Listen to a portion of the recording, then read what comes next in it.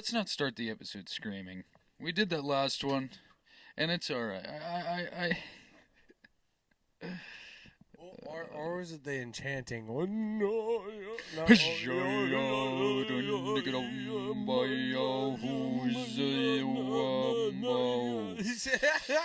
just starts getting darker. Dude, all the lights just start flickering on and off. Nosferatu. Disappear. Dude, well, we have disappeared before. That's a callback to earlier episode. Anyways, welcome back to another episode of Art of the Jam, everybody. I was wondering why it's not as crazy. Oh, yeah, because that one doesn't work. That's why. Anyways, welcome back to another episode of Art of the Jam. We are here. Art of the Joe, out of the cup of Joe. Yeah. Oh, wow. Anyways, we have, this is episode 89, and, Holy fuck, we're almost on 90? Yeah, next week will be, 90, next episode 90, but today's topic of the show, I'm going to be honest, I did this on the fly, and, but it is, honestly, I think it has a pretty decent message to it. So today's topic, before we get to our question, is late groovers. You've heard of late bloomers, right? You know what a late bloomer is? Yes. Okay. Well, just a late bloomer goes for anything, but you know. Is it groover? I sure did, Space Camp. I said late groover, not bloomer. But I came up with this last night, dude, in the middle of the night, all right? I was like, dude, how do I steal the Declaration of Independence? And then I was like, nah, I should probably just do my research for the show tomorrow. Well, we can get a hold of Nicolas Cage. He'll tell us. Oh, Nicolas Cage match. No, the topic for today is late groovers, the strugglers, the stragglers, the bold, the older than usual, defying their age and the average, the few flowers that took their time to bloom and prove it's never too late to groove. Are we feeling it today, Space? Yeah. The dumbest. No, I'm just kidding. You think that's dumb? No, that was good. You realize that the intro monologue to my topic is the most stressful part of this show, because that's the only part that I write, and I'm like, I have to have something like poetic and rhymey and rhythmic, because it's just my thing. I like it. I enjoy it. But before we get to our all that fun stuff, I have a question for you, audience, today. And our question for today is, what is one thing, one trait within yourself that you would consider simultaneously a great strength and a great weakness? I will repeat. What is one thing, one trait within yourself that you would consider a great strength and both a great weakness? That being said, let's get to that intro. Bang.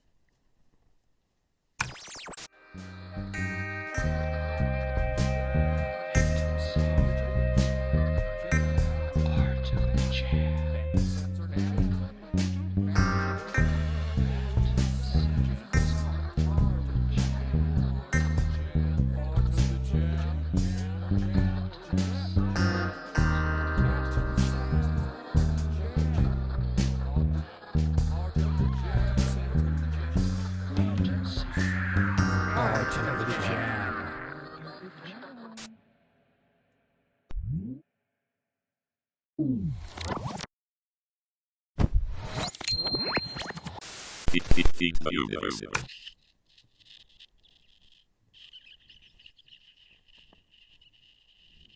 So, we're back from the intro. How red was my face? I don't know. Yeah, dude, honestly. Is it red? Yeah, it was. I was trying so hard. I was trying to just burst it. Dude, what if you like shit yourself? That would have been awesome for the show. Yeah, I was going to say, at least I would do it on this show. That wouldn't be white anymore. I do it for the gram. Oh, well, yeah. Do it for the gram. Yeah, dog. But, Yeah, I was like, dude, I'm gonna try to just push and see how red I can get my face. I was like, oh Lord, I'm about to bust. But now, Space Camp, what is something within yourself that you think that you would consider is both a great strength and a great weakness? Well, we're on the show.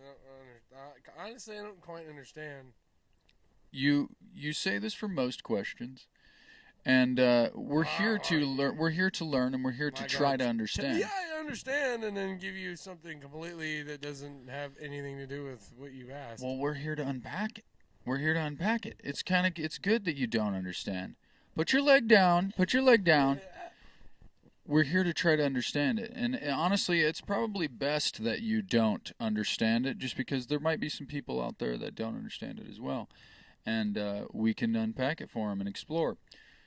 One thing, say there's something about yourself, like a character trait, like your motivation, your confidence, right, or something like that. That some people would consider confidence a great strength, but also can be a great weakness of theirs. Like they could be, I'll explain to you my. Because I ask these questions because I'm exploring these thoughts myself. Okay, I think I understand now. I guess like being nice. That could keep going because am I like okay? Am just I keep like, going? I don't. That's not enough for me to. Well, no, that's not what I'm saying. I'm saying is that am I like? Does that go along with what you're asking? Yes, dude. Okay. Yeah, you're good. Okay. Don't worry. Just I'll be like I'll tell you if it's not. I'm a fucking no, but being too nice, I guess. So you're saying okay, and how is being nice to you? I mean, obviously we all can see how that is can be a strength. You can being nice is good, but also being too nice and letting some people, I guess, walk. Yeah. Okay. Yeah. Yeah. Just you're too nice to say. People pleaser. Yeah. A pleaser. Like you could. Out here. Like you could be too nice and let people walk all over you, or people take advantage of you because you're too nice to say anything to protect yourself, or you know what I'm saying, or stand up for yourself. That's a decent one. I mean, that really is. This is why I like this show. And then they get mad.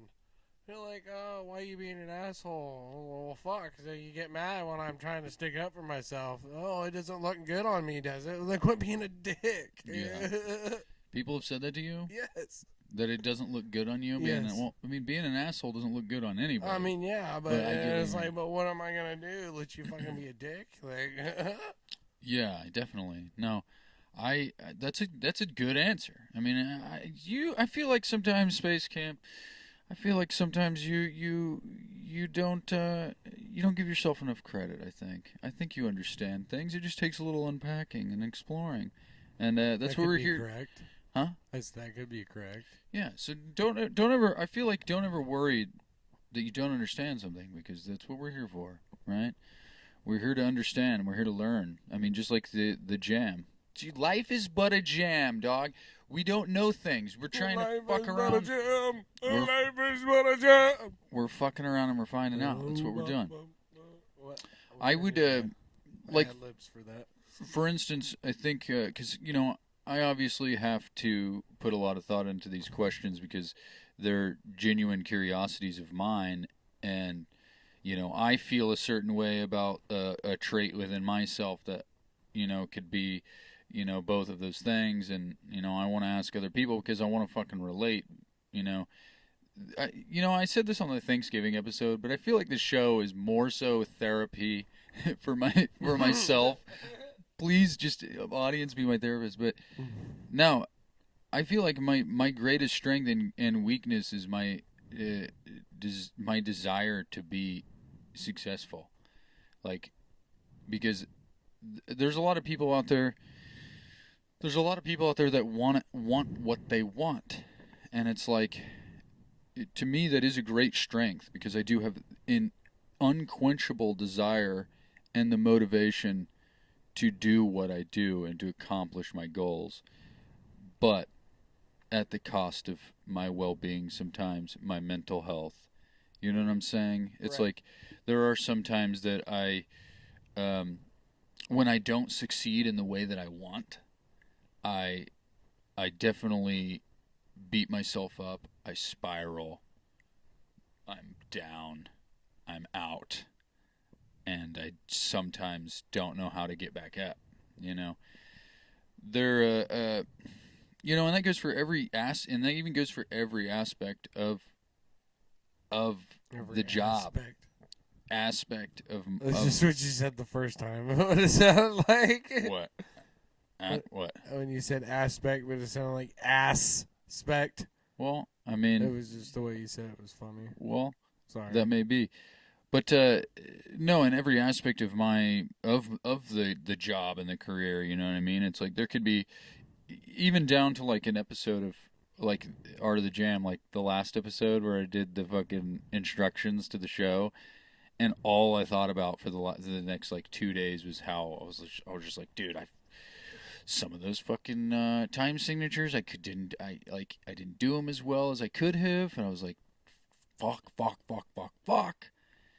And then, and so sometimes I do. I kind of spiral, but I have this like insatiable urge to accomplish my goals, and so I feel like that's like a huge deal for me. I don't know why. And so I was just that's why I wanted to ask this question, is because I was like, dude, somebody told me I'm not a fucking lunatic. You are a lunatic. It doesn't But matter. all right. Well, that being said, we'll do a hard segue here to the album of the week here. But before I get to that, please answer that question in the comments, audience. I would love to know, and I would love us. We're here to help each other. We're here to fucking do all that fun stuff. So, our album of the week, I will say, is Booker T and the MGs' Universal Language, and I'm going to be completely real with you. I didn't have an album that even remotely, like, I could even remotely related to the topic of the day. I mean, sometimes you don't even have it's the album of the week. I will say this is loosely, because we will be talking about the late great Bill Withers today, and Bill Withers, his debut album was actually produced by Booker T. Jones of Booker T and the MGs. So it does kind of loosely relate, but I thought this one was a nice one because it's just, I mean, obviously the title, Universal Language, it's it always makes me think of, I mean, like, that's what music is a universal language. And Booker T and the MGs, they are notorious for having little to no lyrics at all. They're just like a groove instrumental crew, and so it kind of fits their shtick. Is like, you don't have to be from America or Canada or Africa. You could be from anywhere and enjoy this record. You could enjoy Booker T and the MGs, and it's got all sorts of fun titles like Sticky Stuff, Grab Bag, Space Nuts, Love Wheels, Moto Cross, Last Tango, In Memphis, MG's Salsa, Tie Stick, and Reincarnation.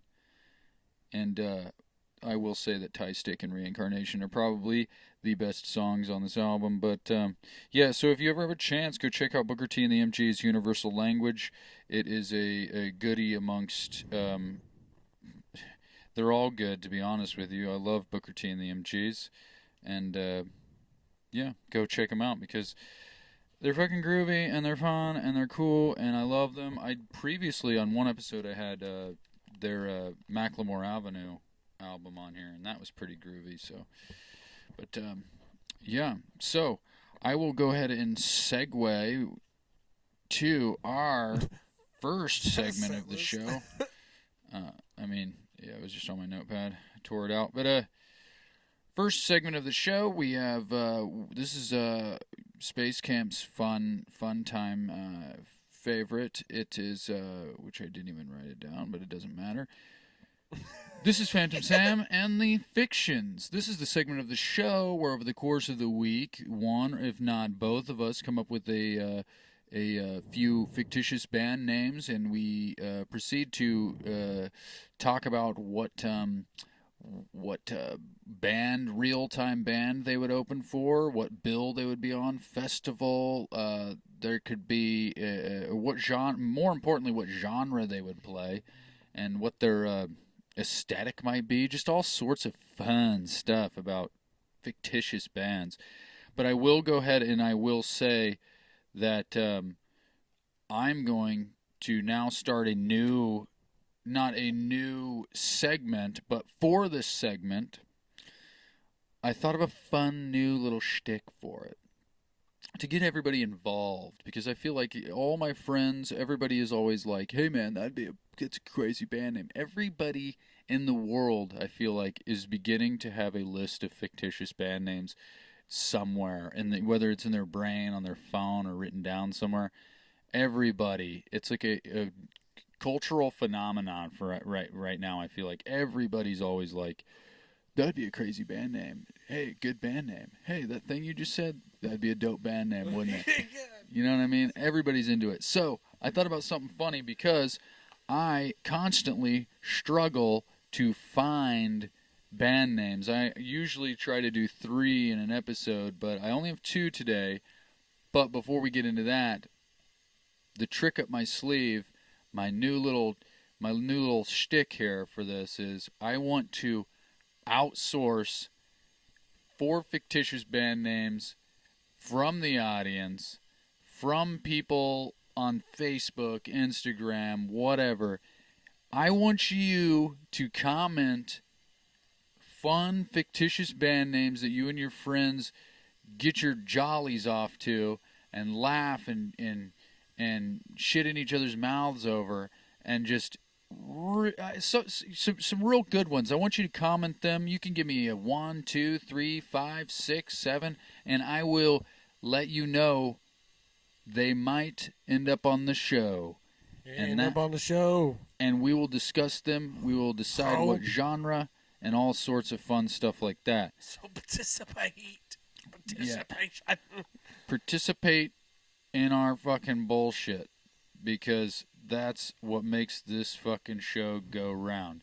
Be huge. Be yes people. Don't be no people, because that's gay. Anyways, not really, but you get what I'm saying. But do you have any fictitious band names today? No. Oh, great. Space Camp is unprepared for it. I'm just kidding. I came up with one literally 10 minutes before I came down here. I come up with them during the day, and I'm like, oh, yeah, I got to write that down, and then don't write it down and forget. Dude, I would have a million. That's what I'm saying. Yeah, if that, yeah, because there was 2. No, go ahead. Because sometimes I'd be at work and, be in the middle of getting your ass kicked and, band name, and I can't stop just to write it down, and it sucks. Dude, right, yeah. No, I literally, we came up with like 2 the other night. Recorder. Yeah. You have a voice memo app on your phone, but there's a fucking, no, the other day I came up with like 2 in a row, and I was like, those are fucking fire-ass band names. And then I was like, Nichelle, don't let me forget those. And then I've spent the past like 3 days trying to remember them. That I can't, like, nothing else matters. Like, I can't think of any other ones. But we'll go ahead and we'll do, like I said, you have a fun band name, comment in the comments. Let me know on Facebook, Instagram, TikTok, YouTube, whatever you're on, because I might cut this out and make a little promo for it. I think that'd be fun. Brandon? Yeah. I know your ass has a list. He does. I know he does. We went over a few of them. I know. That's why. That's why I said that. And I know Charles. Oh, Charles. Yeah, you bitch ass got one too. Yeah, I know Charles probably doesn't watch the show as much as Brandon might, but I know for a fact Charles has like hundreds on his phone. Yeah, he's always thinking of that shit. I know a bunch off the top of my head that he has on his phone, but I don't want to use them without letting him know first. Like, there's a lot of fun ones that I think of right now, and I'm just like, damn, I don't want to say him yet, even though it's like not technically his like intellectual property. You know, it's like people come up with shit all the time, and it doesn't mean anything, and I don't think he would care, but still, you know, I wanna let him know. But Dude, you know what I just thought of? what? Yeah, it just reminds me of like a talk show almost, like call, Deal or No Deal, right? You get the phone call. Yeah. Yeah, phone somebody for a band name, and That's so fucking funny. That's good actually. Space Camp. What phone a friend? yeah, phone friend, yeah. Phone a phantom. I don't know. I'm trying to come up with something that fits the shtick of the show. But phone a friend, dude. Yeah, 'Cause that would be fucking hilarious. that is really funny actually. I like that, Space Camp. Hell yeah, man. I like that. I dig that. We'll flesh that out later though. But yeah, get like an old phone, landline. something, or I mean, even if we just had a, I know, but we could also just like plug the. You would have to do it because my phone is Right. what films this, but yeah, we could even plug it into the audio, so then it comes up on recorded in the audio of the show. That'd be fucking funny. But no, Phantom Sam and the Fictions, fictitious band name number 1, Sophisticated Nuisance. Honestly, that was kind of Sophisticated. dope. Yeah, I definitely metal vibe. Sophisticated Nuisance. Yeah. See, I see, not far off, but like punkish. In a while either. I know, but not far off. But I feel it sounds almost like punkish to me. Like, Okay, it wouldn't be like metalcore or anything Sophisticated like that. It would nuisance. definitely be like a 90s hard rock metal. yeah, like Metal-ish. just going off of the name Sophisticated Nuisance. I feel like sophisticated. They would have like dirty suits on.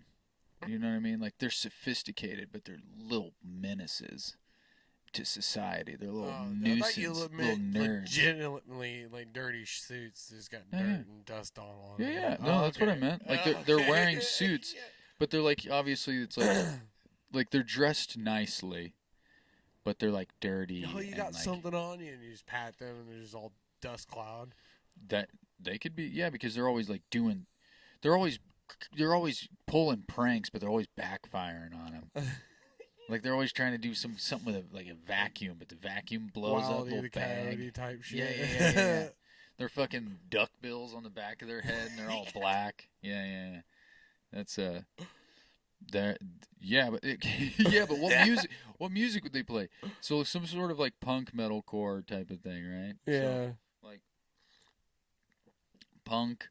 Oh, dude. Sophisticated Nuisance.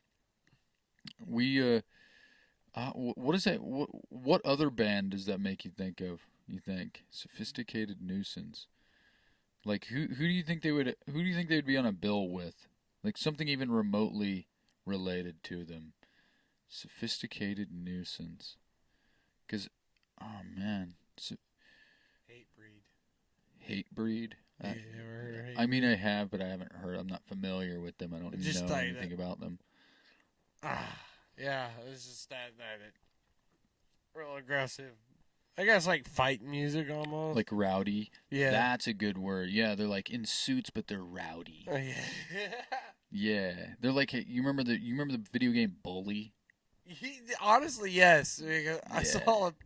saw something about that today. Dude. Yeah, that fucking I love that video game, dude. that game was fun as fuck. yeah. It reminds me of for some reason the name Sophisticated Nuisance makes me think of Bully, like a private school little punk boy pulling little boy pranks and She kicking got crazy though. yeah. Like carrying a sling. They all carry slingshots for some reason. I don't know why, but I don't know what that has to do with anything. Or just like shot to the face. yeah, or like it's like Dennis the Menace vibe to me for some reason. I don't know, but so they would play with Hate Breed. They would be featured on the soundtrack of Bully 2 because the Bully 1 already exists. if there was ever a Bully 2. But they would be on the soundtrack, like fucking Tony Hawk's Pro Skater. Mm-hmm. Yeah, that's where they'd achieve their critical acclaim, is on the soundtrack of Bully, I feel like. Sophisticated Nuisance. So, just some sort of punk metalcore. Right? A little kind of a little off.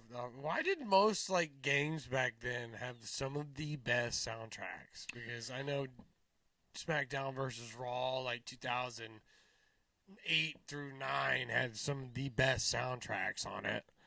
And then the Tony Hawk Underground had a bunch of good, and Underground Need for Speed Underground had some good ones. Yeah. I don't know.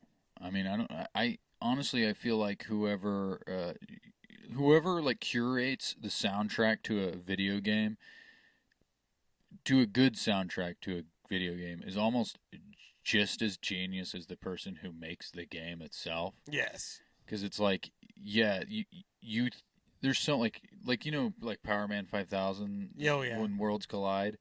That's just Tony Hawk 1 to me. Like, it's synonymous with Tony Hawk to me. And I can't listen to that song without being like, dude, I want to go fucking skate or something. Yeah, or dude, like, I love Power Man. yeah, but I don't know any other songs by them. That song gets me going. And Holiday by Green Day, that's just Tony Hawk's American Wasteland. That's all I think of whenever I hear Green Day now. But no, it's just so synonymous with those games, and I don't know, man. I don't know why they're so good. It might have to do with the symbiotic relationship of the game, because they have to curate those in order to make you almost like fuel your desire to play the game. You know what I mean? It's like, I wouldn't have. It's so much funner whenever there's this music fucking pumping you up. You know what I mean? It's like, fuck yes. But that's why music makes everything better, I feel like. And that's why everything needs a soundtrack. But so we're in agreement, some sort of punk, metalcore, sophisticated nuisance. This one is honestly not that funny, not that cool, but it has a horrific, just right. Horrifying. It has a horrifying backstory. And it happened literally 30 minminutes ago. So, I want to hear this. Spill it. Fictitious band name number 2, Needlebelly. Oh, fuck. Needlebelly. First of all, before we get to the backstory, let's try to figure out what this might be. What kind of genre? It makes me think of Leadbelly, but like that's like old blues. You know what I mean? But it's like Needlebelly. Michelle thought it sounded like a racial slur, but Needlebelly. But I don't know what kind of. I have no idea what kind of. Dude, I get like an industrial vibe. Needlebelly? I could get into that. Needlebelly, but an industrial bluegrass band. Why is everything bluegrass to me? I feel like everything's guar to you and everything's bluegrass. Well, I thought to me we weren't allowed to say that. Guar? Yeah, that one time, because I think it was, I don't remember what episode it was, but I said it and you were like, you know what, that's it. Oh, well. But you fucked your own rule. Shows how much I remember shit. So, oh yeah, and Cannibal Corpse, I think was another one. You only said it like once. Oh. Yeah. Cannibal Corpse. But yeah, I feel like, to me, it's like almost like the industrial sounds of like Rammstein. Like The Wasp. Yeah, but like there's like a banjo in the background in a jug. Ooh, that'd be kind of interesting, actually. Like an electronic music, industrial music with like industrial beats with bluegrass instruments. Not necessarily the beat with bluegrass instruments. The beats would be made like with like sequencers and electronic like synthesizers and drum machines and shit, like industrial music a lot of the time is. And then like a banjo, a mandolin, and a jug and a juice harp. The juice harp is through a microphone and it's run through an effects board, so they can make like Run through the jug. You can do the jug too. I'm just saying. Or put the microphone inside the jug. Oh, that's some 13th floor elevator shit. That was what I was talking about the last episode. Yeah. There's an electric jug player. That's pretty much what it is. It's like from my understanding, I may be wrong, so correct me in the comments if I am wrong, but I think it's just like the bottom of it is like, it's almost like you would imagine like a port in a drum head, like where you'd put like a porthole. They'd put a microphone up in there, and so yeah, you could run the jug through like a fucking envelope and like sub octave and make like dubstep with it. Like that'd be fucking weird, dude. And the juice harp, I feel like a juice harp through a wall would be kind of dope. I feel like you would just get like that would just equal a didgeridoo. I feel like, I don't know why, juice harp kind of has like a didgeridoo, like a tiny, like a little boy didgeridoo. Yeah. But yeah, that's Needle Belly. They're an experimental industrial bluegrass band. Who they would open for what, like Primus? Yeah. Everybody opens for Primus, I feel like. Anybody weird opens for Primus, I don't know. But yeah, that's fun. Needle Belly. We good? Yeah. What's the backstory of it? Oh yeah, the backstory. God, I was gonna. Here's a segue. Phew, yeah, I was about to go to the next Hop segment on here. the subway. No, the backstory for Needle Belly was so a little bit ago. I mean, I've talked a little bit about it on the show, but I got a new dog a few months ago, and she's a nuisance, and not very sophisticated, but she's a nuisance, and she so.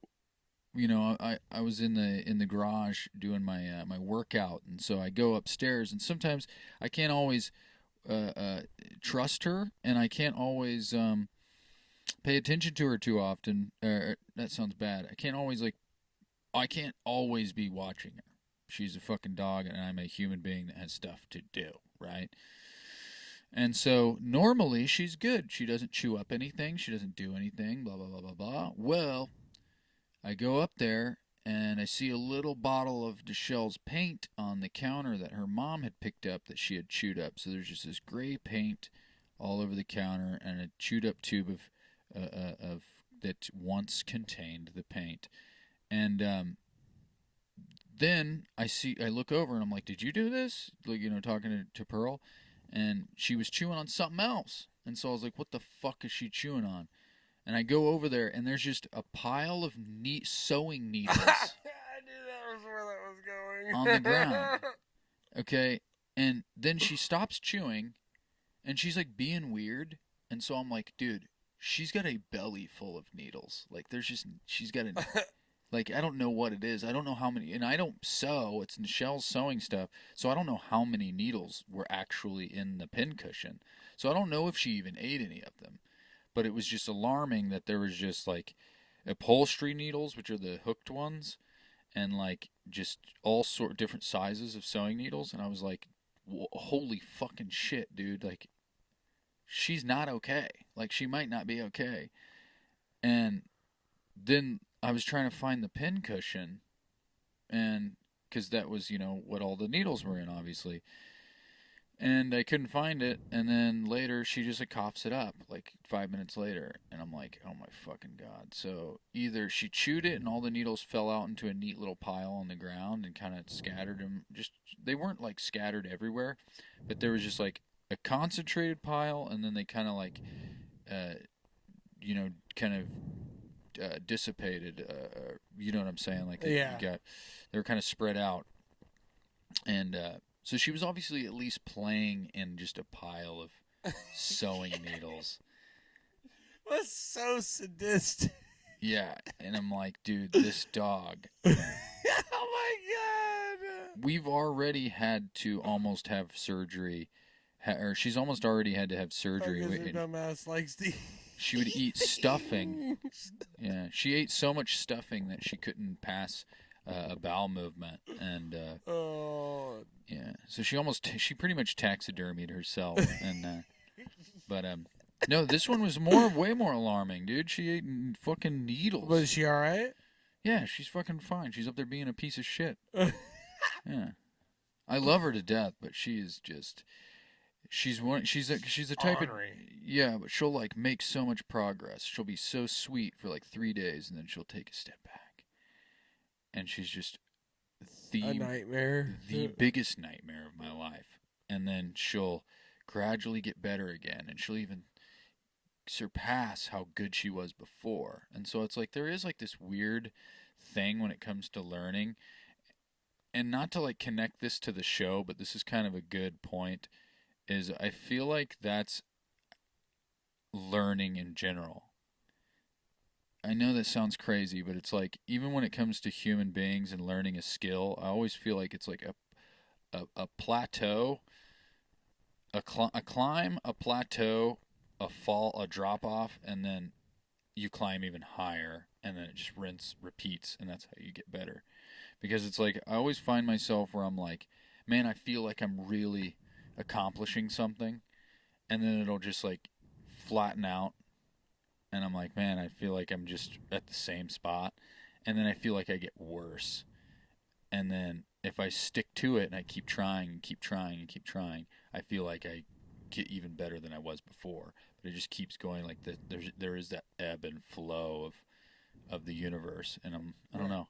But I feel like that's how the dog is. The dog is very much like that. And it's crazy that you can learn things about yourself through a dog. It's kind of cool, actually, now that I really unpacking this like right now, like I'm just thinking about it, but I don't know. Think about that. Batman, yeah, you fucking Batman. No, but yeah, that's Needle Belly for you, and that concludes Phantom Sam and the Fictions. Our next segment of the show is Phantom Sam and the Buddhas of the Bathroom Wall, and this one kind of goes with the topic of the show, and I really liked it. This is actually a video because I went into I don't know if you remember the bathrooms at Five Bar in Wisconsin, but there was almost no vulgarities. So I'll give the premise of this segment. So amidst the vulgarities and the spittles and the dick pics and all the bodily fluids of a venue bathroom, there's always that one thing that's like, ah, and it's always a message that it's exactly what you need to hear pre-gig when you have the pre-gig jitters, right? And it's always something super enlightening, and that's the Buddhas of the Bathroom Wall. But this one, it was at a place called Five Bar, and I had to just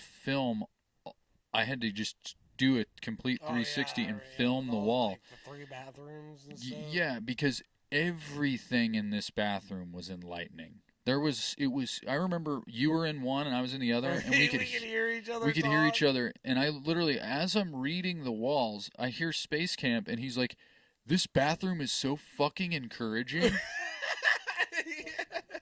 And I was like, dude, that was exactly what I was thinking at the time. I was like, there's not even a single dick pic or dick drawing. Oh wait, there's one. Yeah, but it was funny because it was like there was like some vulgarities, but they were like wholesome vulgarities even. Like it's like a dick pic, and it's like you have a big penis, and it's like, dude, we really admire your size. You know what I mean? It's just like shit like that. It was fucking great. But this one really stuck out to me whenever I was researching this the topic of the show, because on the subject of late groovers, late bloomers, this one, bang, that I will put up right here on the screen, it says, because I'm going to try not to put the whole video. I might just do a still shot of the specific one, because it is a long video. It's like 60 seconds of just fucking... I'm sitting here talking about it. I might as well just put the whole video just right here.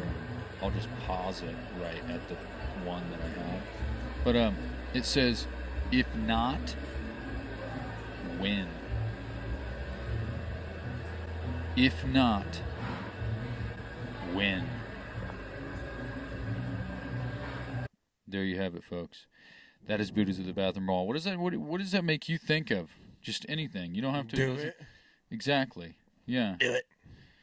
It's like, if you're not going to do it now, when are you going to do it? So you might as well just do it now. And that's, I don't know. I thought that was nice.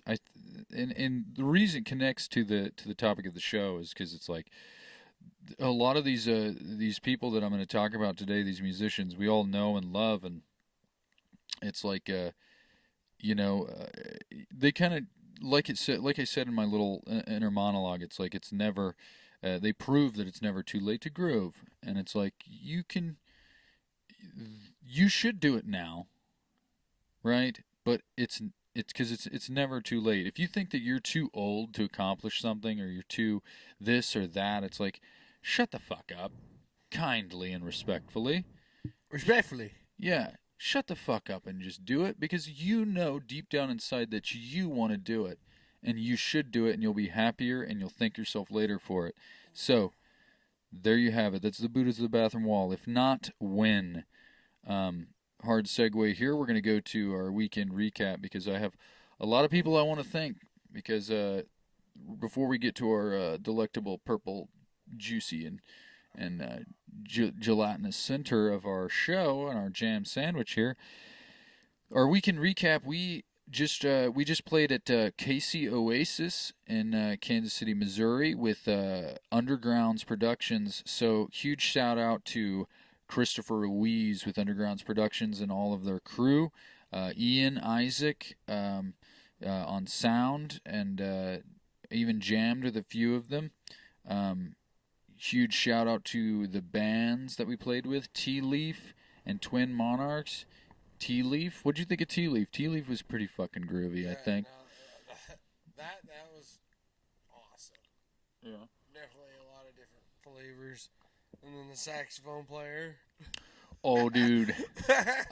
I'm gonna... He's like you said, he's like, dude, he's fucking their girlfriends and he's fucking them. Yeah. He's fucking all the band members, yeah. I was like, he's stealing all their girlfriends, everybody's girlfriend tonight. He's even stealing their boyfriends. He's stealing the bandmates. He's fucking everybody. Hide your wife, hide your kids, hide your husband, because he's fucking everybody. And that shirt he had on, dude.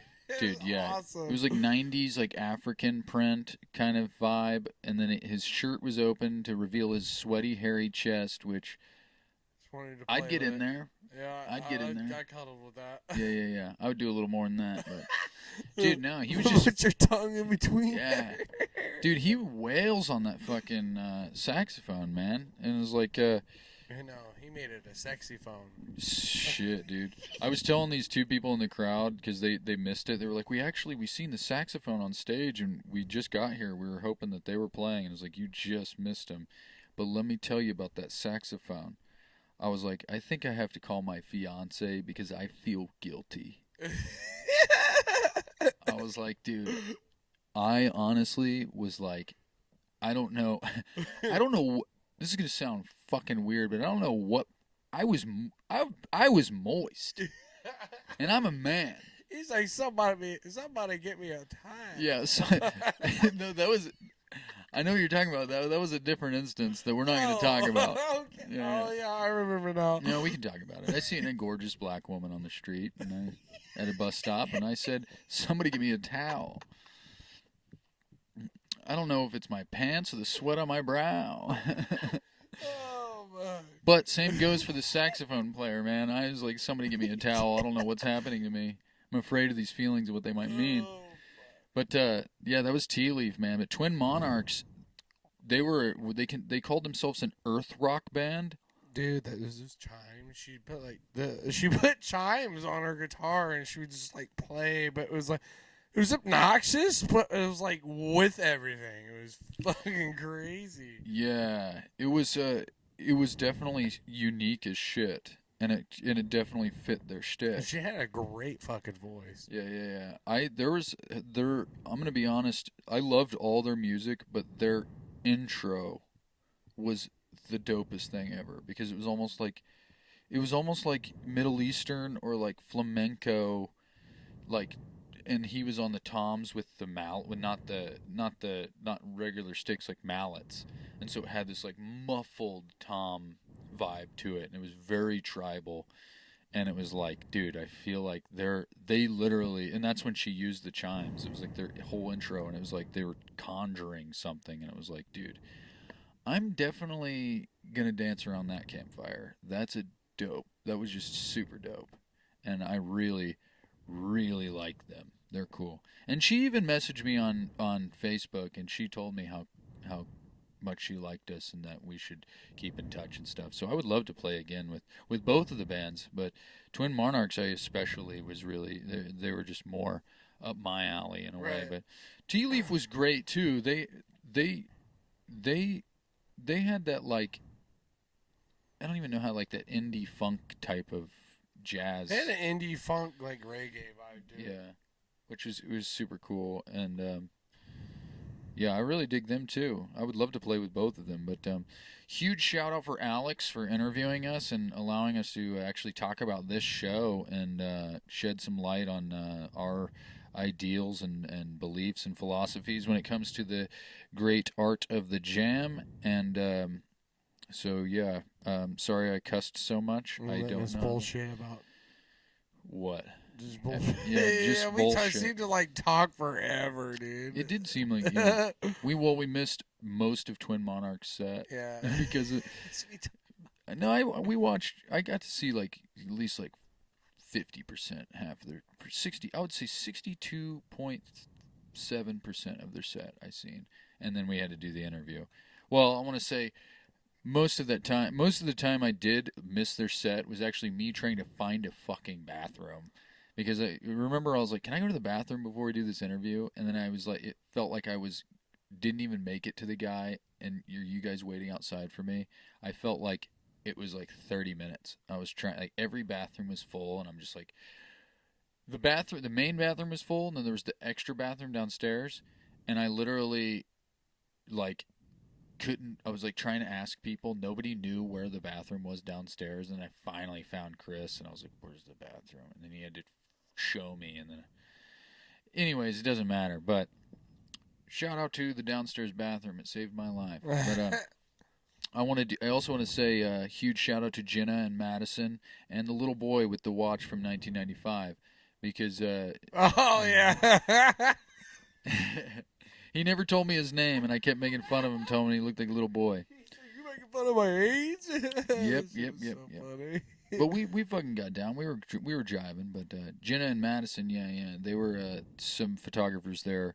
I don't know if they were all separate entities working together for Underground's production. So huge shout out to literally that entire crew, because I know I'm forgetting some names and some people, and I don't want you to feel left out.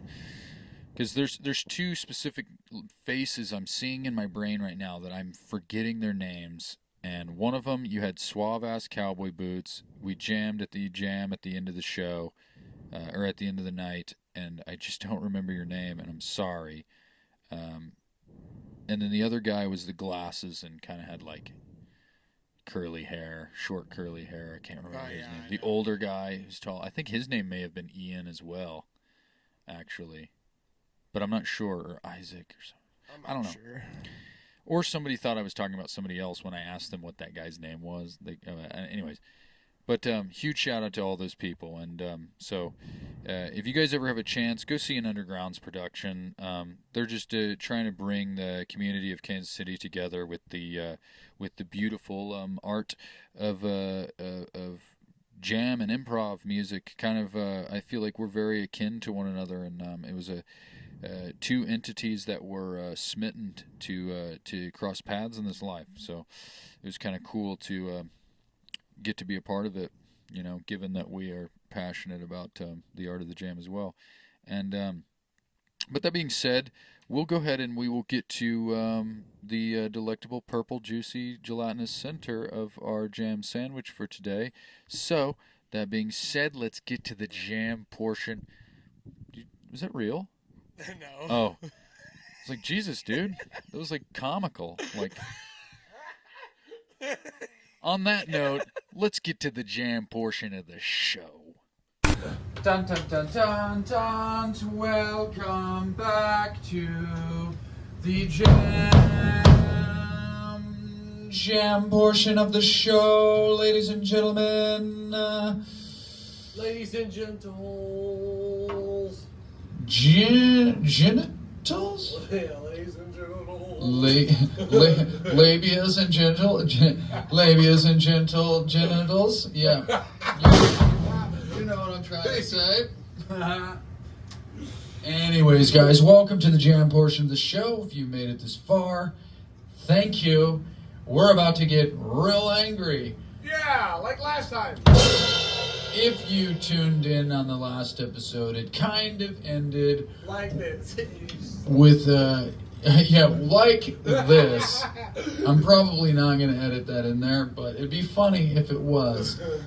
But yeah, Space Camp got a little frustrated. It was a little frustrating in the jam, and so it was a little, not an abrupt ending, but it was a frustrating ending. And so today, I think, depending on what we get, if we get something complicated, we're going to take it a little slow today. So I hope you are feeling sensual. I hope you brought your rag. I hope you brought it. Somebody give me a towel. But, Space Camp, if you'd like to join me at the ceremonial sacrificial dice rolling jam cauldron. You get to just sit here.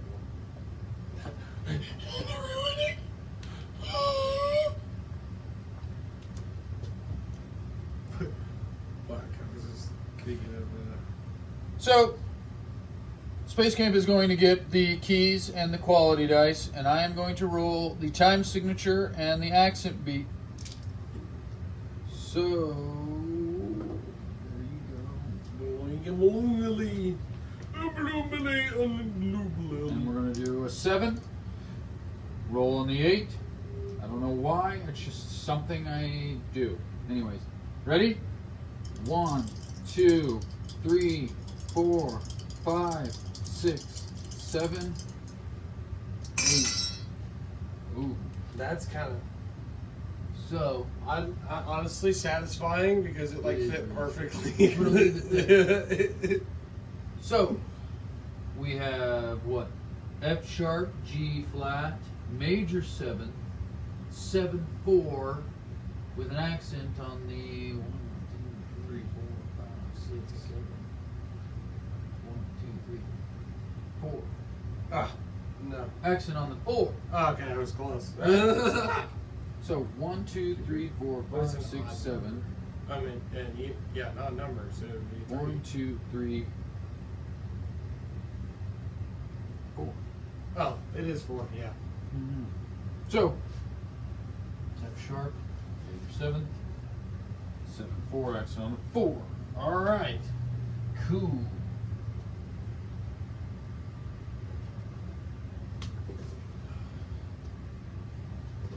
Like I'm familiar with 7-4. Like I've heard it. We've talked about it.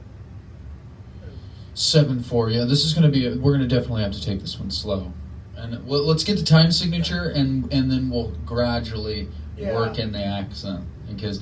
But the roll for today, we have the key of F sharp, quality of. Oh, okay. Quality of major 7th. We have the time signature of 7-4 with an accent on the 4. I will repeat. Key of F sharp. Quality is major 7th. Time signature is 7-4 with an accent on the 4. I got the dice cam. I said this last time, but I got the dice cam so I didn't have to do the editing of the pointing anymore. Because I definitely just did it. Yeah, absolutely. But I still did it on the last one too. The editing and stuff. Yeah, yeah. Oh, yeah. And I'll probably still do it here until I forget until I can break myself of it. But because I can't. If I do it on camera and I see it when I'm editing, I have to do it, or there's like a thing in my brain where I'm like, and make sure you don't say that's interesting. I thought that was interesting. Dude, that's only in the talking portion. I feel like I was just literally I every. was connecting them. Oh, yeah. It's never too late to groove, everybody. No, that wouldn't be the fourth wall, would it? No. No. Fourth wall is talking to the audience, Okay, yeah. which we do all the time. So, all right, so we got a 15-minute timer set. Let me. So we got. How do you use these things again? So this is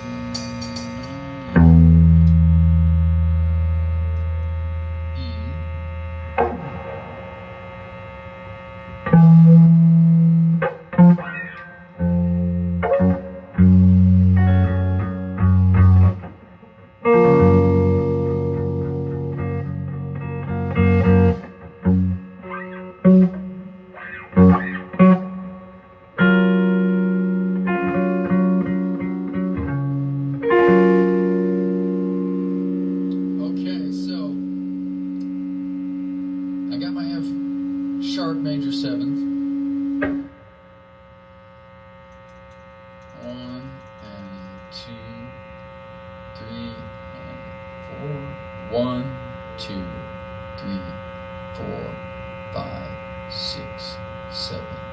1, 2, 3, There's no 4. end? Yeah, there's always an upbeat, but But it seems easier with a one. yeah, it is definitely. At least I was like, well, that's gonna be easier than one, Yeah, because 7, 8 would be 1 and 2 and 3 and 4 and 5 and 6 and 7 and 1 and 2. 1, 2, 3, 4, 5, 6, 7, 1, 2, 3. Yeah. So. Honestly, I know little. I know something.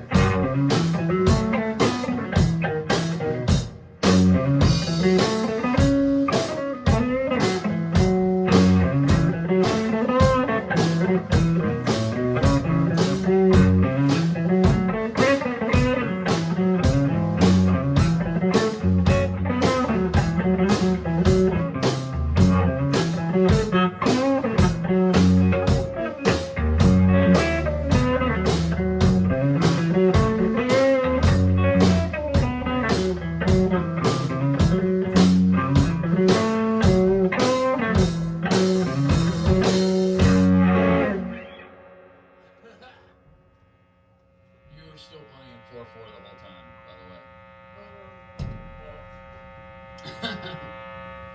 Oh well. Let me explain. You're not giving context to what you're doing. I know, we're here to learn, buddy. But I'm not gonna. I don't want to stop in the middle of the jam to correct. But there's, you're just 1, 2, 3, 4. You're just counting 7 beats in 4/4. That's all you're doing. Do you know what I mean? Yeah. And so I'm just saying, like, you need to figure out how to break yourself of 4/4. I feel like when you finally break yourself of that, it will be completely understandable. Like, by the end, like, you'll get it. It'll click eventually. It's hard. There's no reason. There's nothing to be upset about. Well, I'm gonna get pissed off about it. It didn't matter. So, how do I explain this? 1, 2, 3, 4. 1, 2, 3, 4. 2.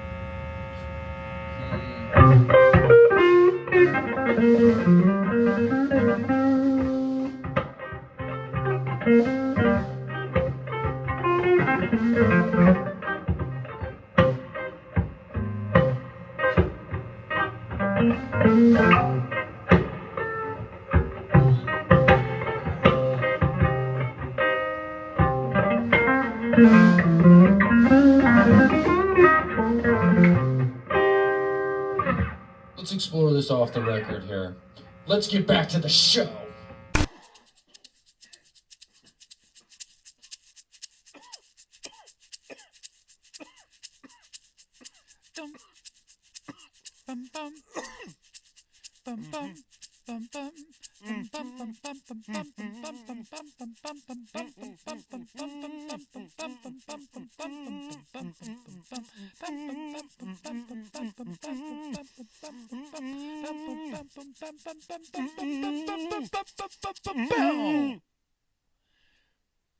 And we're back. What is up, everybody? I hope you enjoyed the jam, and I'm glad if you stuck around for it. That's good. So I guess that means that you enjoyed it if you stuck around for it. So I just kind of talked in a little circle. So there you have it.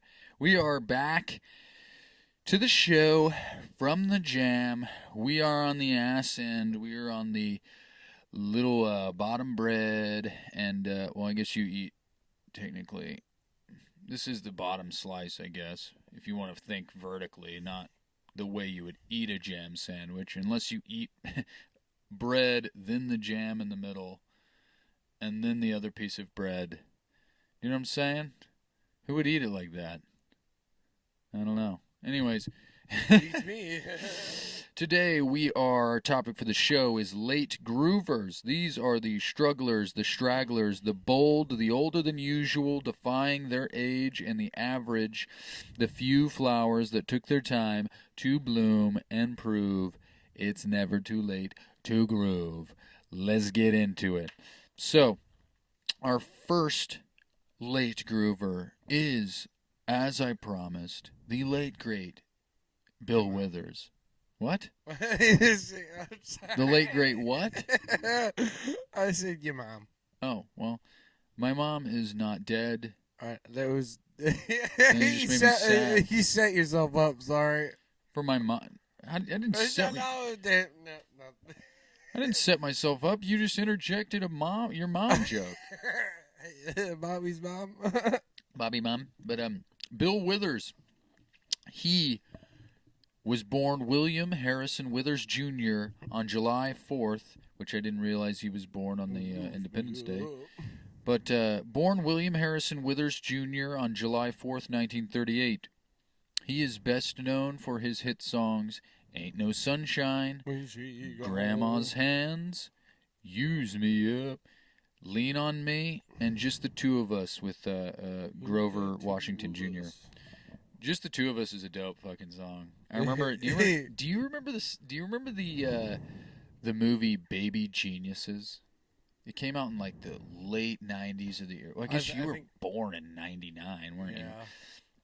There's a movie called Baby Geniuses, and no, that's not that's Putting on the Ritz. Why do I have that song mixed up with it? Putting on the Ritz. It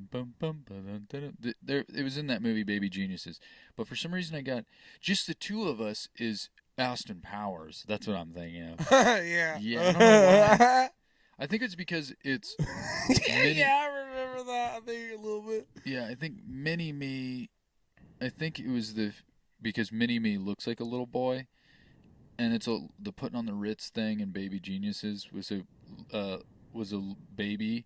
But he was not a baby, but he was like a toddler. He could stand and walk and stuff, but he had like a suit on and like sunglasses, and he was like similar scenes, but one is a little person and one is a literal little person. So, yeah. So I don't know why I got those mixed up, but yeah, best known for Ain't No Sunshine, Grandma's Hands, Use Me, Lean on Me, and Just the Two of Us with Grover Washington Jr. Me and Space Camp, actually, on the way home from our last show, I think, didn't we kind of decide that Use Me was like one of the funkiest fucking songs in the world? Yeah. I don't even remember the context in which we actually... Yeah.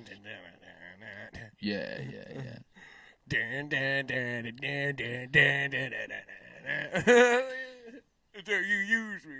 Yeah. If you do it too...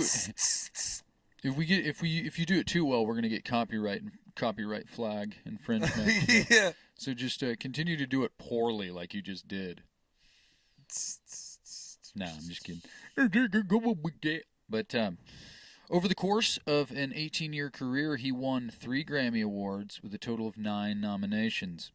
He was inducted into the Songwriters Hall of Fame in 2005 and Rock and Roll's Hall of Fame in 2015. Ain't No Sunshine and Lean on Me were inducted into the Grammy Hall of Fame as well. I'm going to backtrack a little bit, and also, Grandma's Hands, heard it before, but for some reason, whenever we also listened to that in the car, and I don't know if you remember me mentioning that to you, and I was like, I never actually listened to it. That song is probably amongst one of the most beautiful songs I've ever heard lyrically. I never thought about it for some reason. Yeah, But yeah, Bill Withers is the fucking man, and I don't know why I chose to do. I probably because he pertains to the topic, obviously, but I'm glad that he's fresh on my mind. You don't have any Bill Withers? What do you mean? I don't have any Bill Withers. I have like Al Green and stuff, but they're obviously that's not Bill Withers. Oh. I do want that his first album that has all those songs on it. I would love that album. Honestly, I probably will hunt for that now because Bill Withers is the fucking man, dude. He is literally the man. But he was the youngest of 6 children to a maid and a minor. His parents divorced at the age of 3, and he was raised by his mother alone while his father died when he was 13 years old. He enlisted into the Navy at the age of 17. He served for 9 years. While enlisted, he became interested in music and left the Navy in 1965 to move to LA to pursue his new interest in 1967. So, he was in the military. He was in the Navy for quite some time, 9 years, right? And, like I said, he began to become interested in music when he was there. It's much like Johnny Cash, I feel like, was the same way. But not that has anything to do with this. But didn't Jimi Hendrix? He was in the military. Yeah, he was in the military band. I'm pretty sure too. Yeah. I think he was always. Jimi Hendrix may have just been birthed with a guitar in his hand. I'm not sure. Allegedly. It was written in the stone, but he just comes out shredding. Yeah. shreds his way out of the womb. But yeah, so he just all you hear is the national anthem. Yeah. No, it's what is that song? Like a lullaby. Yeah, that's better. Go to sleep, little baby. You just got it on the fucking amp.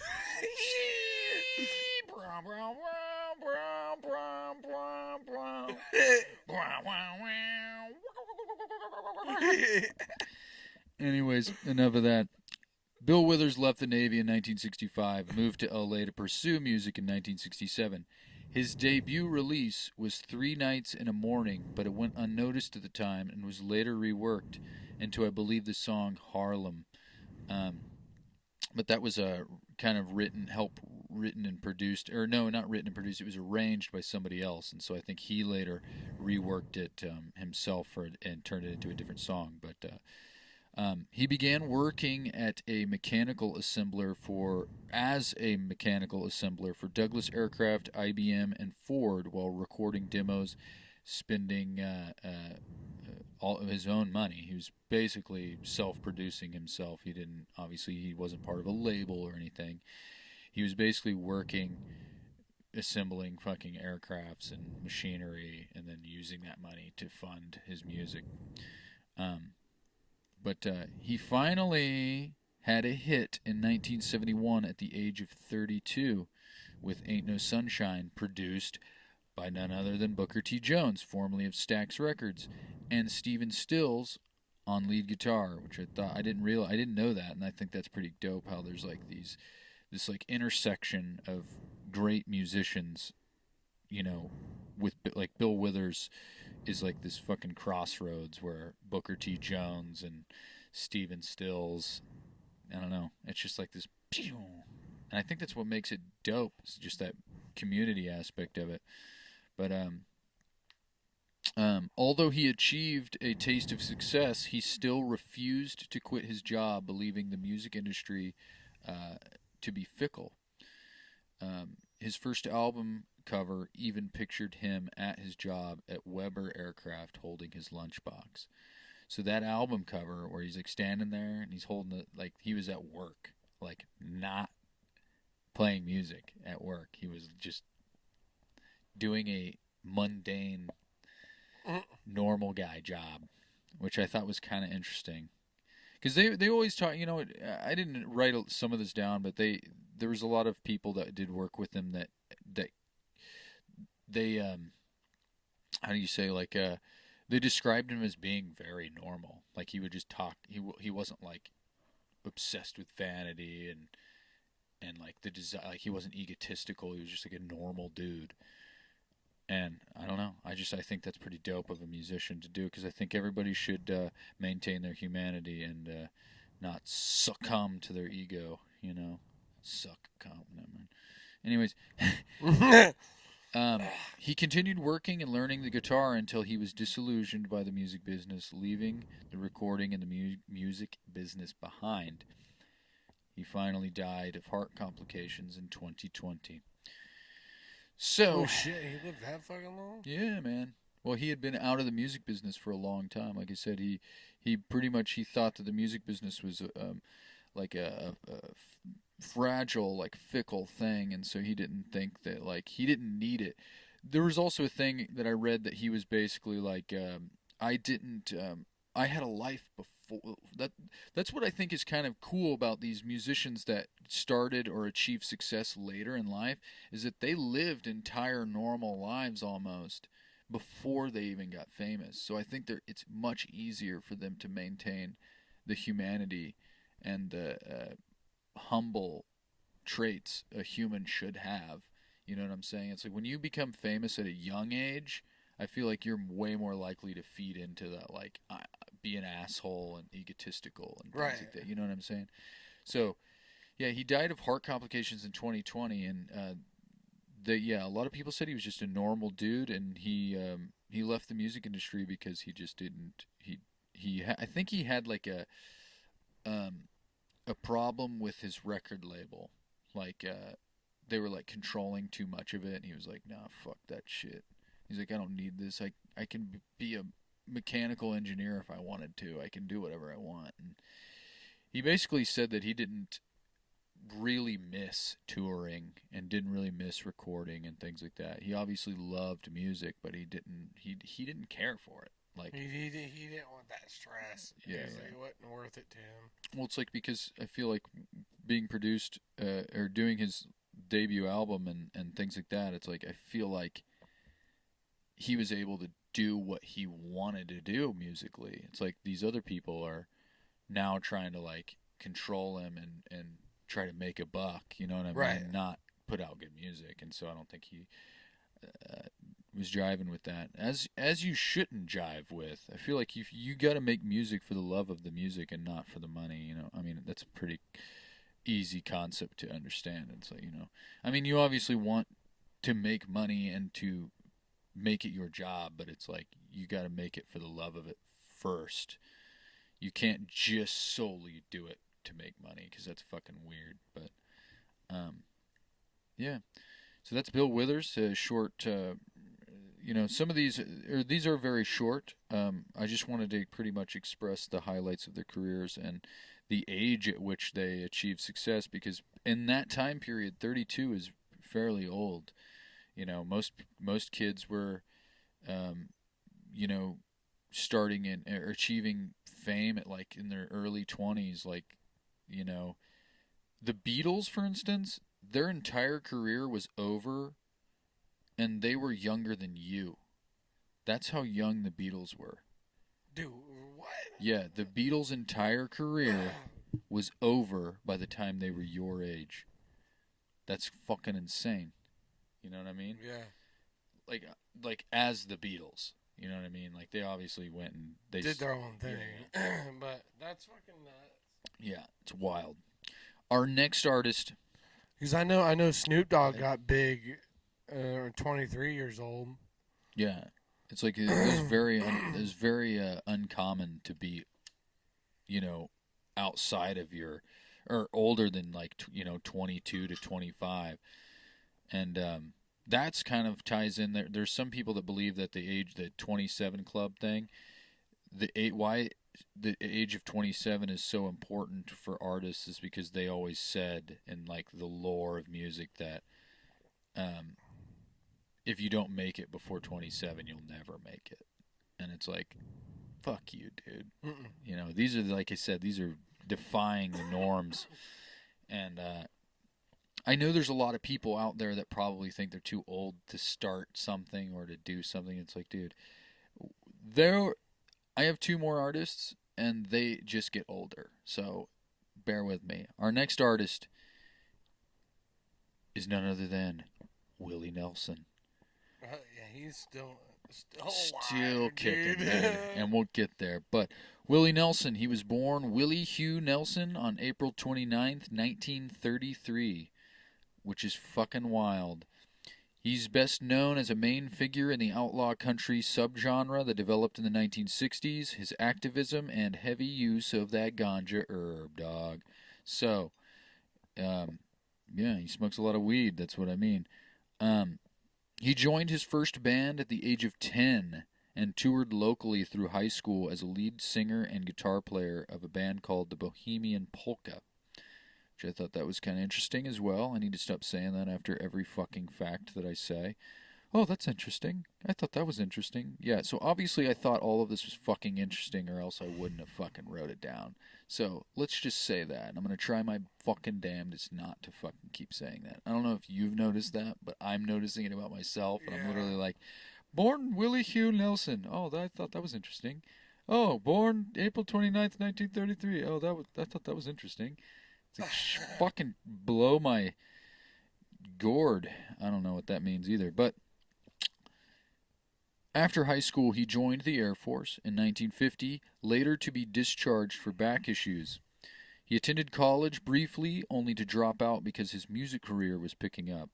He worked as a disc jockey on various radio stations and was a singer-songwriter. During this time, he wrote songs that would eventually become country standards, such as Funny How Time Slips Away, Hello Walls, Pretty Paper, and Crazy. He joined Ray Price on bass guitar in 1960 and moved to Nashville to join the Grand Ole Opry the following year. So he's a little different because he's Willie Nelson. I mean, Bill Withers is too for the most part, but Willie Nelson is a household name. Like, even if you don't like country, you know who the fuck Willie Nelson is. Everybody knows who Willie Nelson is. He's kind of a little different because he was doing things for other people. It feels like he was playing in Ray Price's band as on bass guitar. He was in bands touring locally at the age of 15, but he wasn't doing anything necessarily for himself as a musician in his own career, and didn't achieve like mainstream success. You know what I mean? Until very later in his life, but. Like for instance, like he moved to Nashville and he was part of the Grand Ole Opry. It's like, and that was in 1960. So it's like, I mean, he's still in 1960 was what, fucking shit, 33? Wait, no, 27, right? I don't fucking know. I'm not good. I don't math good, but it doesn't matter. In the early 1970s, he became weary of the music industry, moving to Austin and finding the motivation to begin performing again on his own as a singer-songwriter. In 1973, he signed to Atlantic Records, turned to outlaw country, and released Shotgun Willie to great success at the age of 40. So he didn't even reach his own success as a solo artist mainstream until he was 40 years old, which I think is wild, but it's also like Willie Nelson can't die, I feel like.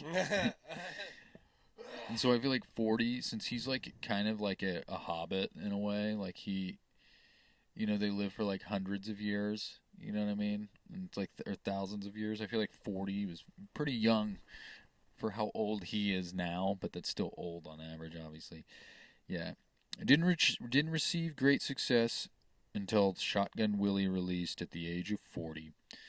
In 1975, he released Red-Headed Stranger on Columbia Records to even greater success, launching his career even further.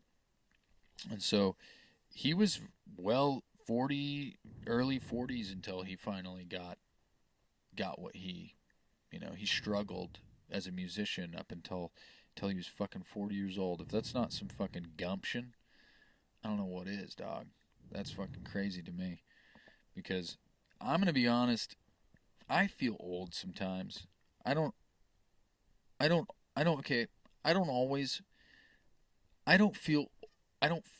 feel old. Like, in my brain, I don't think I'm any older than like 18 in my brain for some reason. Like, I haven't really changed, like, characteristically. Like, obviously I've grown. I'm not like an angry little punk ass anymore, but it's like, you know what I mean? It's like we've formed, our personalities have formed. You know what I mean? But it's like, sometimes I'm like, man, when someone's like, "How old are you?" and I'm like, does that matter? You know what I mean? Because I'm not that old. Like, people think like being in your 30s or 40s or whatever is old, but it's like, if you take care of yourself and you're good to your body and you do what you love and just stay healthy and productive, it's like you're only halfway there. You know what I mean? Let's listen to this. This is the last little bit of information I have for Willie Nelson. He is still a fucking live, and he's kicking it at the age of 92. Okay, I knew he was 92. And he's the only surviving member of the Highwaymen. Okay? So, he achieved success at the age of 40. He reaped that for over 50 years. To this day. It's never too late to groove. Do you know what I mean? Yeah. It's never too late. You got to just deal with the struggle of that shit and keep trekking on. You got to stay on the ladder, okay? People are going to be falling off the ladder.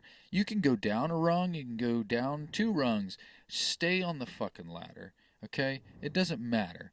You just don't fall off, and you'll get there. You'll get to where you're going and where you want to go. It might take you 40 years. Everybody's different. Time is wild.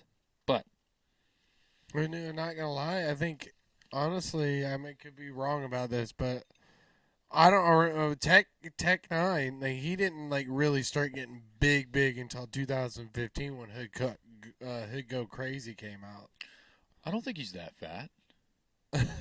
You said he didn't start getting that big, and sorry, I get it. I just want to make it. And he's been rapping since the 80s, you know. Yeah, but that's my thing. Is it's like there's, you know, and we've even experienced this just since me and you have been playing together.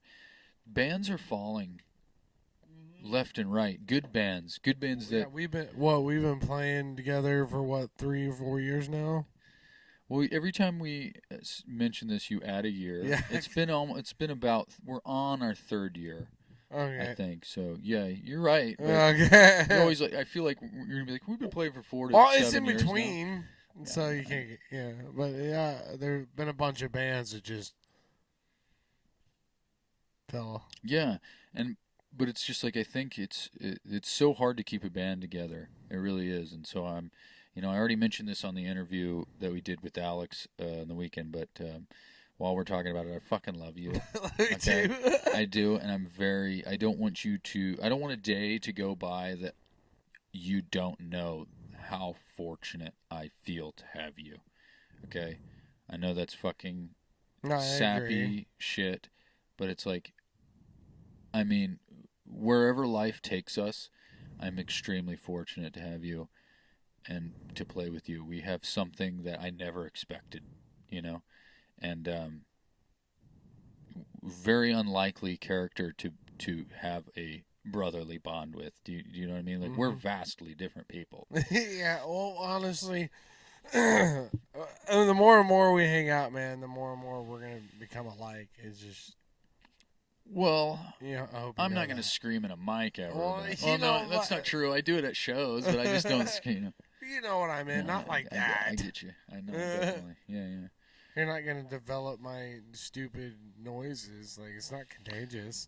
I make some noises, but I make my own noises. Yeah, in my own way. But no, I just want you to know that, because that's definitely something worth bringing up, because it is. There's so many bands. You just got to stay on the fucking gotta stay there, and even if it feels like you're not moving, it's like you just stay where you are and just wait and just keep your head down and keep not wait but keep your head down and keep moving, okay, and you'll get there because obviously fucking like I said, Willie Nelson, he's fucking 92 and still fucking doing whatever the fuck he wants.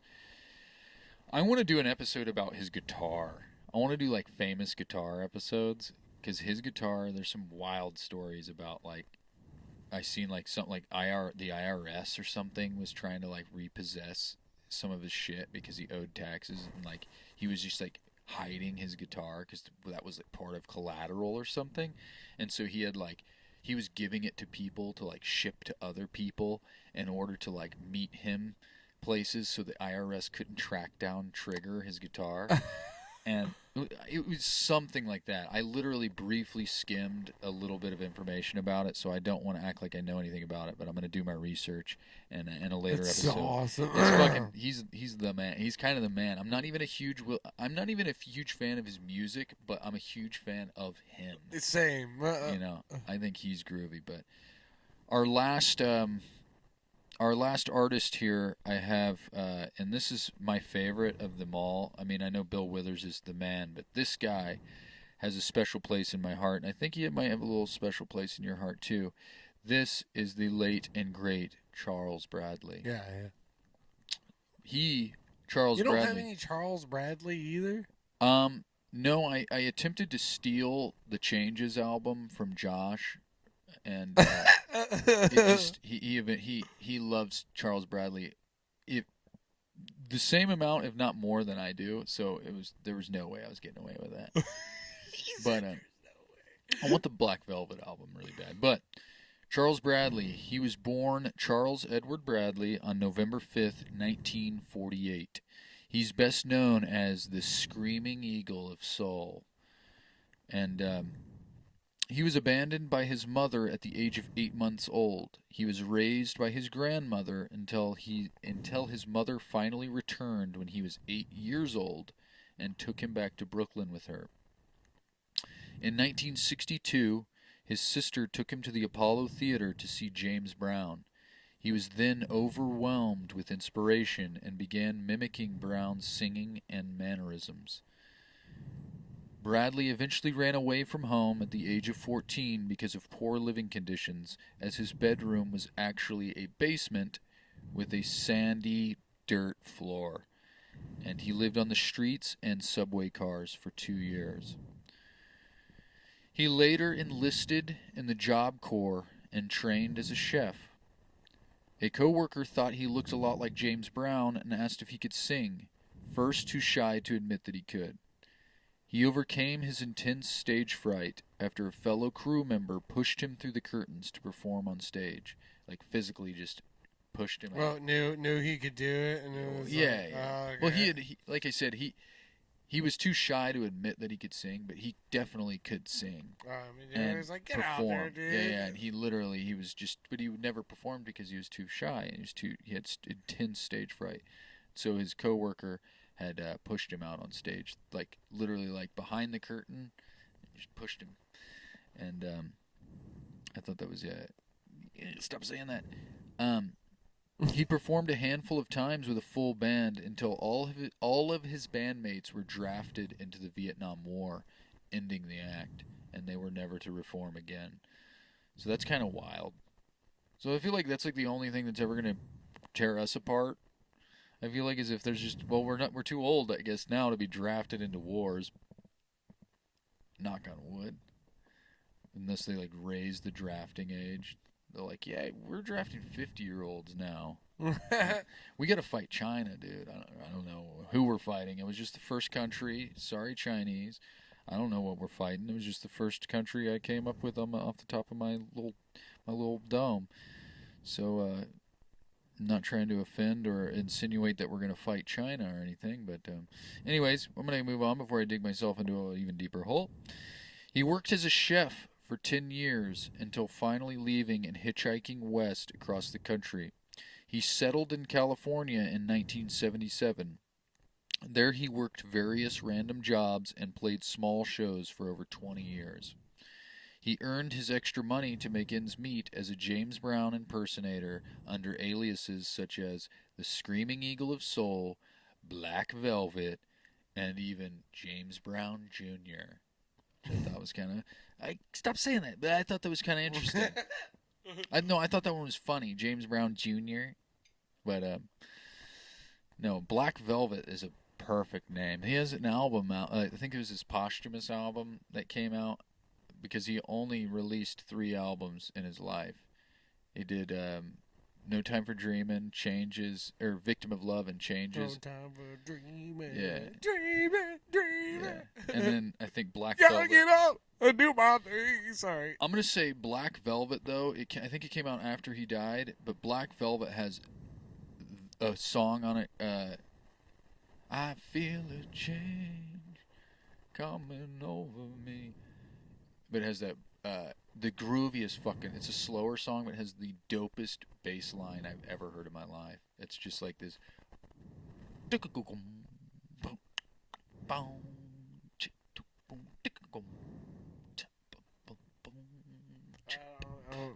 know which one you're talking about. I'll show you after we're off here.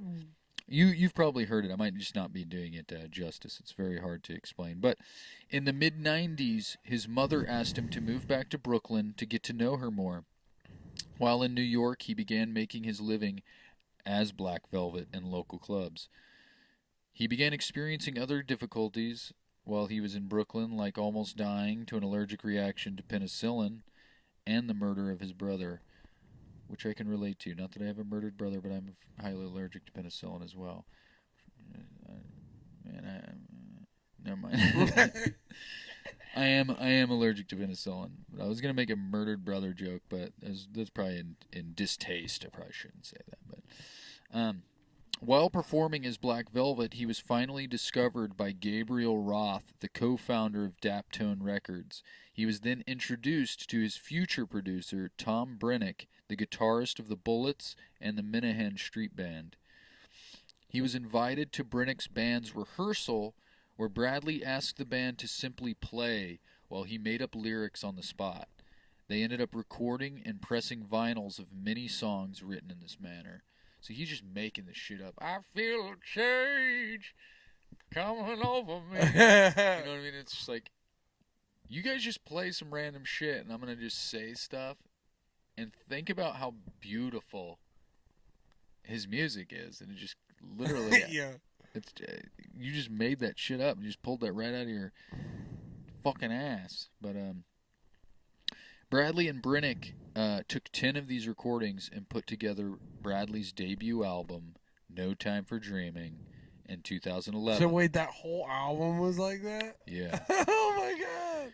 Bradley finally achieved success at the age of 63. Jesus fuck. That's awesome. Yeah. I got the goosies for him, because if that doesn't prove that it's never too late, I don't know what the fuck does, because that's amazing to me. Like, he just kept doing it and doing it and doing it, and he wasn't discovered until he was 62, 63 years old. He achieved success, and that's wild to me. He went on to release Victim of Love in 2013 and Changes in 2016 before succumbing to stomach cancer on September 23rd, 2017 in Brooklyn at the age of 68. It's crazy because like his third and second album was like in like 2013, 16. That's crazy. Yeah, and died literally not too long after he got big. That's fucking nuts. I think he probably had actual mainstream success for 4 years, maybe. Yeah. Age of 68 he died. This is the craziest thing too. I went to Memphis for the first time in 2013, maybe, to the Beale Street Music Festival. He was there. Didn't know who he was, right? So I missed him, right? And I didn't know it until after I discovered him, and then I found a pamphlet from the show, from the festival, from that year, and I noticed he was on the set list. Just didn't know, or on the lineup, didn't know who he was at the time. 2017, the year that he died, I finally got to see him at that same festival, and I seen him in April, and he died in September of that same year. And that he died, shit, you know the fucking distance between April and September. Yes. I don't need to fucking spell it out for you, but I got to see him, and then he died, and I thought that was crazy. And what's sad is he obviously had stomach cancer at the time, because that's months apart from his death, barely months apart. But he actually still doing the splits and shit and dancing. And there was one time he did the splits, he got up, and he walked right off stage in the middle of a song. And the band just jammed for like 15 minutes, and then he came back out and did a few more songs. I think he hurt himself or had some sort of complication when I seen him, and I thought that was pretty fucking pretty sad. But it's like also it's like massive respect. You have stomach cancer, and you're fucking doing all this like James Brown like splits, spins and shit. At 68 years old. At 68 years old, dude. Yeah. And that's Charles Bradley, man. He's the screaming eagle of soul. And if you haven't heard him, go listen to him right now. Yeah, he's a gem. He really is. And I think that you could say it about a lot of artists, but he deserved way more, and he deserved a lot longer of a run than what he had. But yeah, Charles Bradley, man. Check out No Time for Dreamin', Victim of Love, Changes, and even his Black Velvet album, because that's the one I want. Is he has an album called Black Velvet that came out after he died, I mentioned earlier. But yeah, that has like I Feel a Change. I'll show it to you after we're done, because it's the funkiest it's a slow song, but it goes. Oh, they released it after he died? I think it was, yeah, because those were the only 3 albums that released, before he died, so it would have had to have been. But man, as sad as that is, Charles Bradley, rest in peace. That concludes our topic for today. The strugglers, the stragglers, the bold, the older than usual, defying their age and the average, the few flowers that took their time to bloom and prove it's never too late to groove. So, guys, I will, any last word, Space Camp? Well, guys, we are going to live with cause and leave the results to the great law of the universe. We are going to pass each day in peaceful contemplation. We're going to be patient, and we're going to be present in our lives. So, as I say every time, go kiss your wife, go pet your dog, get off the computer, get off the phone. Space Camp. Stay funky, y'all. Oh, I thought you were yelling at me for growling, dude. He said stay funky. I say, stay tuned, but most of all, stay groovy, and have a swell time. Without further ado, We brought to you Art of the Jam. You ruined it. You called our audience a bitch, and now they're gonna stop watching. Not that they do anyway. You know what you usually say at shows? It's like, you can follow us on the YouTube page. You dig it or don't. Dig it or don't, we still love you.